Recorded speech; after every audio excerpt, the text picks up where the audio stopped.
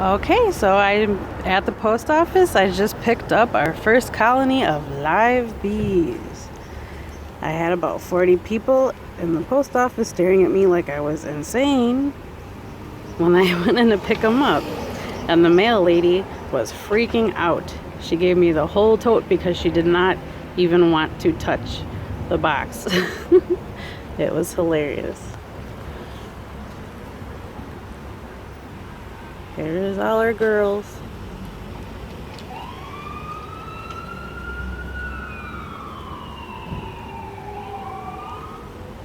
They're all buzzing loud.